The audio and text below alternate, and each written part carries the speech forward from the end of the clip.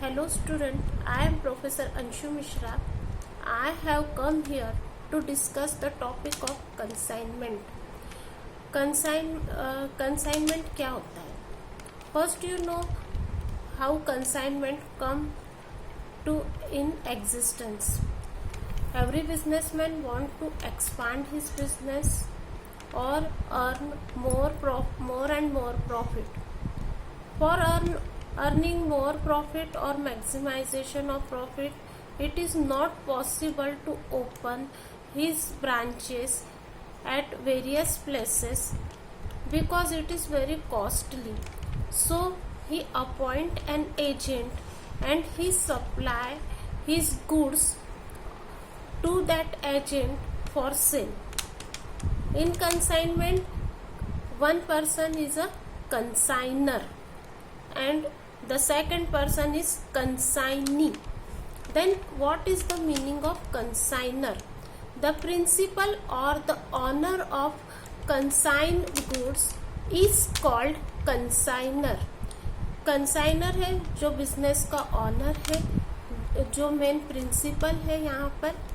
Then second concept is consignee, the person to whom goods are consigned for sales at pre-decided amount or rate of remuneration is called consignee. Consignee ये एक agent होता है, इसको consignor के द्वारा goods दिया जाता है फॉर सेलिंग पर्पस के लिए, और यहाँ पर प्री डिसाइडेड होता है उन लोगों का रेम्यूनरेशन क्या रहेगा. कंसाइनर कंसाइनी को क्या रेम्यूनरेशन देगा या क्या कमीशन देगा ये पहले से डिसाइड होता है. Then next concept is consignment. What is the meaning of consignment? The goods send to the agent for sale is called consignment. यहाँ पर जो गुड्स दिया जाता है एजेंट को सेल करने के लिए, उस प्रोसेस को बोला जाता है कंसाइनमेंट. अब नेक्स्ट इंपॉर्टेंट कंसेप्ट कंसाइनमेंट के अंदर आती है, that is a consignment expenses. What is a consignment expenses? The expenses incurred by consignor and consignee for consignment are called consignment expenses. जो कंसाइनर और कंसाइनी के द्वारा जो अलग अलग एक्सपेंसेस किए जाते हैं उन्हीं को बोला जाता है कंसाइनमेंट एक्सपेंसेस.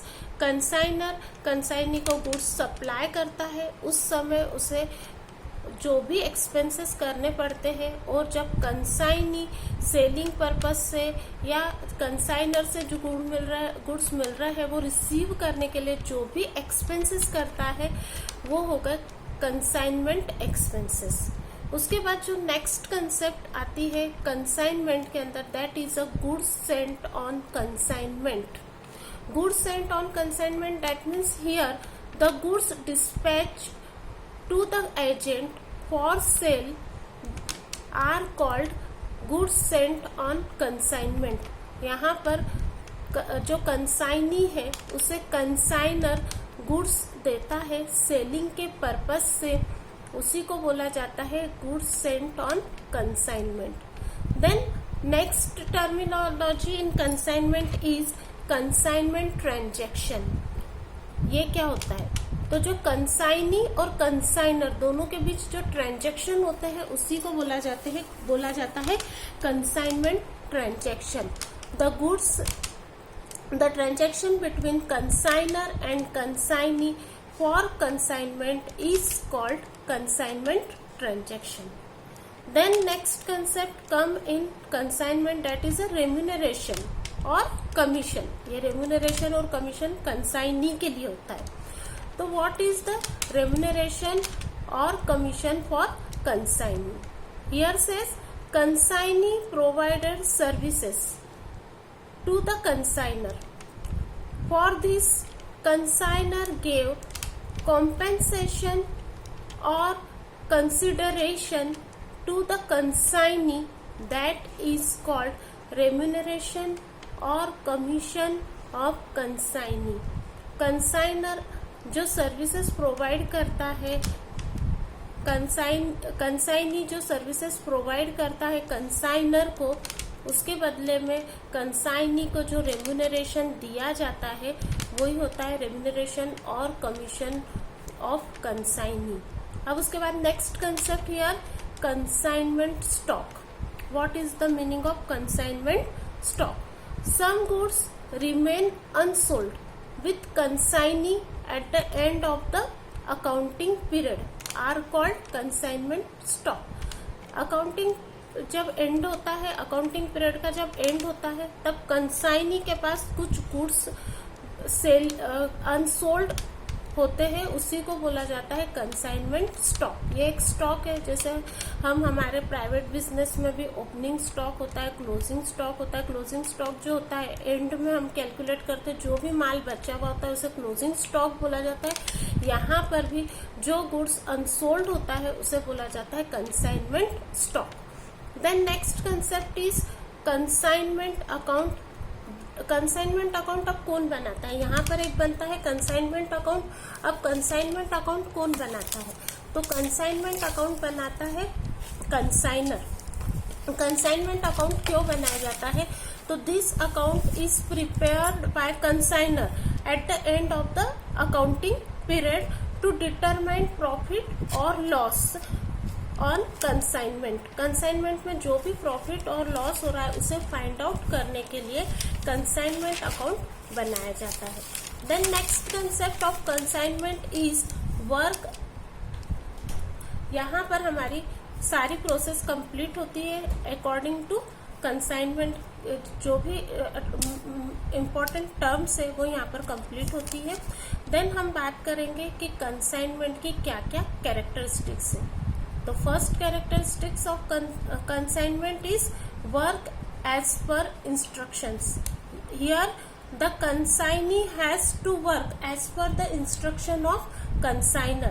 यहाँ पर जो भी कंसाइनी है, जो भी वर्क करेगा, वो कंसाइनर के टाइम टू टाइम उसको जो भी इंस्ट्रक्शंस मिलेगी, जो भी ऑर्डर मिलेगी, उसी के अकॉर्डिंग वो वर्क करता है। मतलब यहाँ पर मेन इम्पोर्टेंस है वर्क एज पर इंस्ट्रक्शन, और जो इंस्ट्रक्शन मिलती है वो कंसाइनर से मिलती है कंसाइनी को। देन एडवांस और security bye consignee. sometime consignee may ask the consigner to send him a particular amount। कई बार कंसाइनर जो होता है वो कंसाइनी से सम पर्टिकुलर अमाउंट एडवांस में लेता है फॉर सिक्योरिटी पर्पस से। Then next characteristics of consignment, ownership of goods.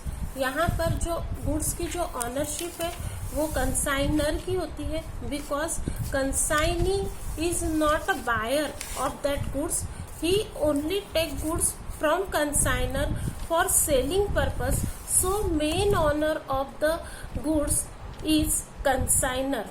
Then next characteristics की अगर हम बात करते हैं तो नेक्स्ट कैरेक्टरिस्टिक्स है कंसाइनर्स रिस्पॉन्सिबिलिटी ऑन सेल्स। यहाँ पर जो भी रिस्पॉन्सिबिलिटी रहेगी वो पूरी कंसाइनर की रहेगी। देन नेक्स्ट है लायबल फॉर क्रेडिट सेल्स।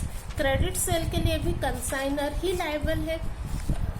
अगर देन नेक्स्ट, अगर कंसाइनी कुछ कंडीशन में लायबल हो सकता है, अगर उसे डेल क्रेडर कमीशन दिया जाए तो उस सिचुएशन में कंसाइनी लायबल है। दैट मीन्स वहां पर जनरल कमीशन तो दिया ही जाता है, उसके बाद डेल क्रेडर कमीशन भी यहाँ पर दिया जाता है। Then next liability submission of account sales. This statement of sales prepared and sent by consignee periodically.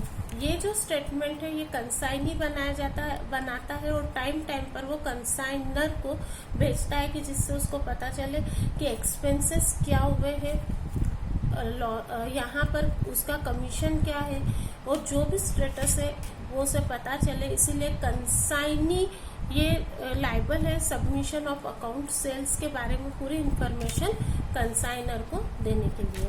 यहाँ पर हमने कंसाइनमेंट क्या होता है, कंसाइनमेंट में कौन कौन सी मेन टर्मिनोलॉजी आती है, देन कैरेक्टरिस्टिक्स ऑफ कंसाइनमेंट क्या है, ये हमने देखा। Thank you.